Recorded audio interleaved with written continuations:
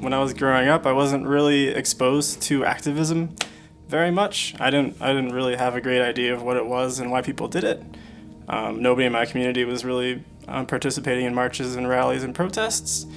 Coming to my first protesting and being around this huge community of people that were all there to make their voices heard was one of the most energizing and exciting things that I've ever participated in. I feel like the reason that I am protesting or beginning to get involved in protesting is that up until this point, change hasn't happened. In general, protesting is calling attention to an issue that nobody seems to be addressing, and finally standing up and speaking out about something that needs to happen and needs to change.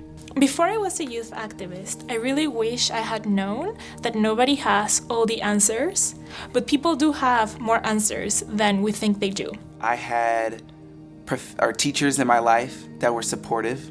They knew what I was feeling and they were able to say things to me that only those who had gone through that experience would really be able to comfort me in. And so that was the first source of support. Youth have all the same rights as normal people. Being younger than other people doesn't make you any less important and doesn't mean that you don't get to exercise your opinion and you don't get to say what you believe. And it's important not to forget that, especially when you're in an institution like a school where you're constantly being told what to do.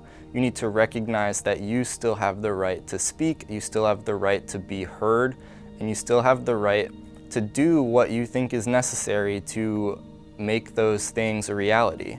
I think protesting, it's one of our First Amendment rights, freedom of speech.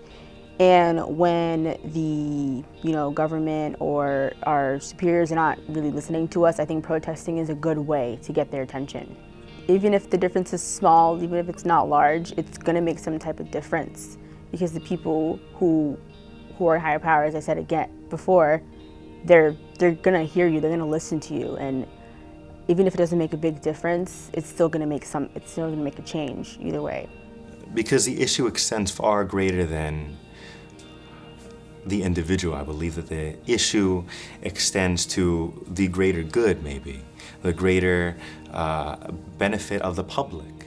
That there is one's personal obligations, maybe that is to educate themselves, to go to work every day, but there's also an obligation one has to the greater society, to everybody. History is always going to bend towards some sort of justice, and it takes, though, everybody on that individual level to be compelled to take action, act on that inhibition, that this is something that must find some resolution, that there's something that must be done.